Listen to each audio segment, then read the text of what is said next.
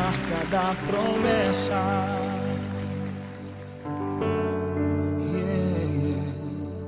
Se tentam destruir-me, zombando da minha fé e até tramam contra mim.